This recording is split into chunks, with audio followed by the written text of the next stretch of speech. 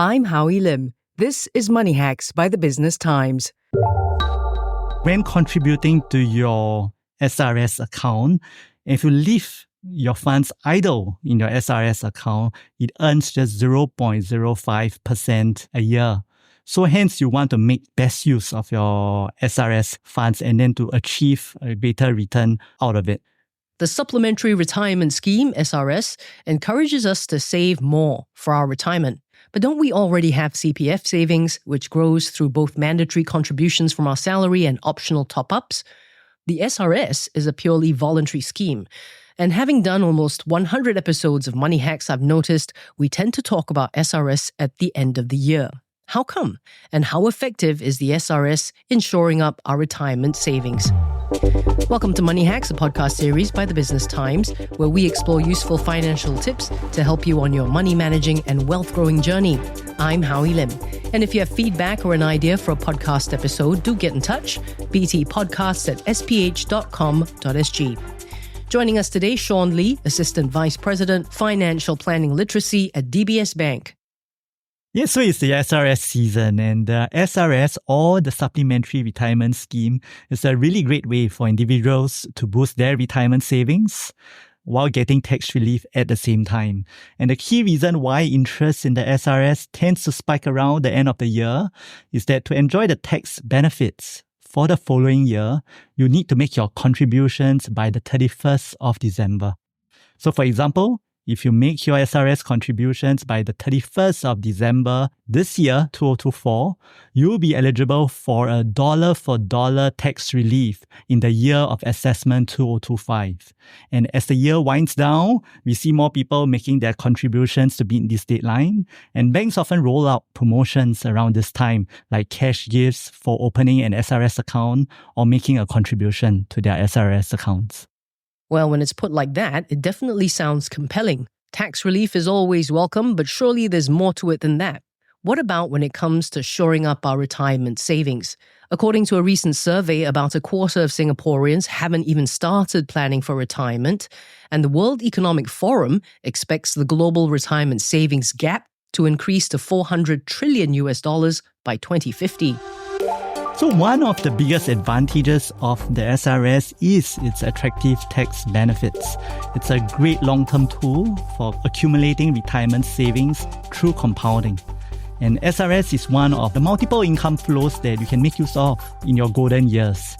The SRS is very useful for complementing the CPF scheme, which mainly helps with housing, medical expenses, and basic living needs during your retirement. And you can use the SRS to supplement your CPF savings and create a more comfortable retirement income. Since SRS withdrawals are spread out over 10 years, starting from age 62 or 63, you can use that money to enjoy life and pursue hobbies. Another plus, unlike CPF, participation in the SRS is voluntary. You decide how much you want to contribute as long as it's within the contribution limits. And with all things, when there's good, there's bad. When there's advantage, there must be disadvantage. But here's the thing. As at December 2023, a shocking 19% of SRS funds was still in cash, earning a minimal 0.05% interest rather than being invested.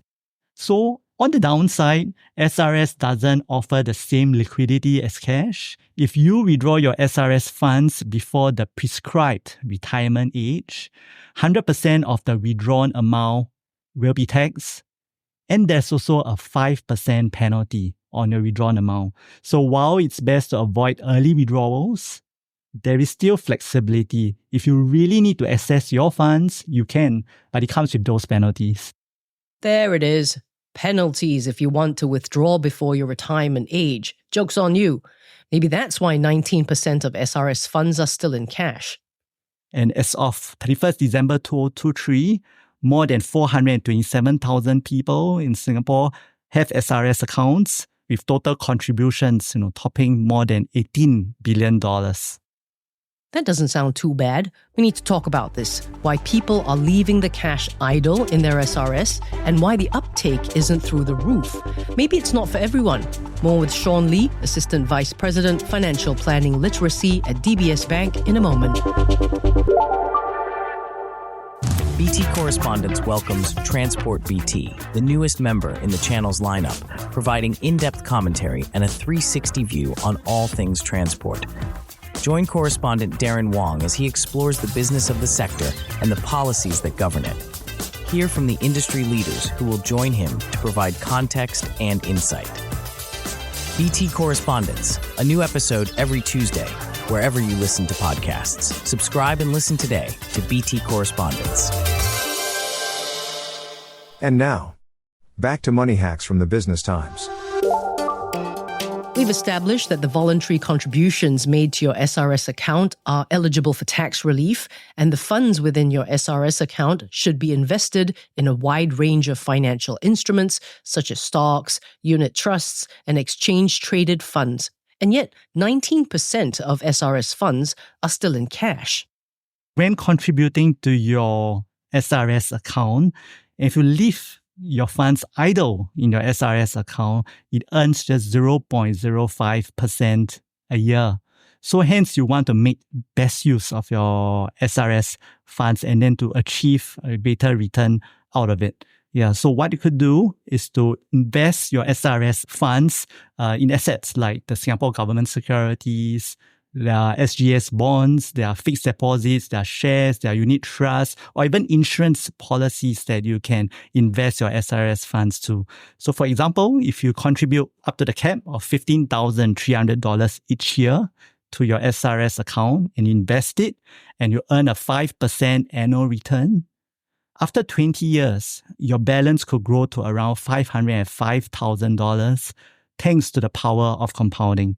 So any investment returns earned in the SRS are also tax-free until you withdraw the funds, which makes it a very attractive option. Maybe we take a step back. Is it even worth it to put your money into an SRS? Maybe it's not for everyone. And if so, who's it for really? Yeah, so the SRS is most beneficial for higher income earners, as the higher income earners and the higher levels of income, they attract higher tax levels. So if you're in a higher tax bracket, such as from $80,000 a year in income, you can enjoy more significant tax savings. That said, anyone can contribute to the SRS. It's open to all Singaporeans, PRs, and even foreigners who meet the contribution criteria. So you get to decide how much you want to contribute, but there are caps for Singaporeans and PRs. The annual cap is $15,300. Most suitable for higher income earners. Oh, and let's not forget the changes to the CPF Act, which kick in mid-January 2025. Will those changes affect the take-up rate of SRS or not? So you're right, Howie, there's a significant change coming to CPF. The special account, or we call the SA, will be closed for CPF members aged 55 and above in the second half of January 2025. And if your SA is closed, the funds will be transferred to your retirement account to help you receive higher monthly payouts. But if you have already set aside your full retirement sum, any excesses from the SA will be transferred to your ordinary account, which you can choose to withdraw from your ordinary account in cash. And if you do take the funds from your OA and withdraw in cash, you could consider contributing them to SRS to enjoy tax relief. But only do so if you believe the returns from SRS investments, your SRS investments, will perform the CPF OA interest rate, which is currently at 2.5%. So what I'm hearing is the point of opening an SRS account is to see it grow for retirement adequacy. However, as contributions accumulate and investments grow, there's a need to start planning for withdrawals as well. Without proper planning, what if we're left with a hefty tax bill later? It's designed to help people boost their retirement savings while enjoy tax relief at the same time. It's administered by the 3 local banks like DBS. And for every dollar you contribute, your chargeable income is reduced by the same amount, which means you pay tax. And when you withdraw from your SRS account, only 50% of the withdrawals are subjected to tax. But here's the catch. You can only enjoy this 50% tax concession if you start withdrawing from age 62 or 63 and spread it out over 10 years. And this exact age, either 62 or 63, really depends on the statutory retirement age at the time of your first contribution to the SRS. Shawn Lee, Assistant Vice President, Financial Planning Literacy at DBS Bank. And it's time for us to look forward to next year. We'll have some insight into where we should be putting our money in 2025. In the meantime, happy holidays, and don't forget to send us an email if you have feedback or an episode idea. btpodcasts@sph.com.sg. I'm Howie Lim, and this has been Money Hacks from the Business Times. This is a podcast by the Business Times. Find more BT podcasts at businesstimes.com.sg/podcasts. Or wherever you get your podcasts. This podcast is meant to provide general information only. SPH Media accepts no liability for loss arising from any reliance on the podcast or use of third parties' products and services. Please consult professional advisors for independent advice.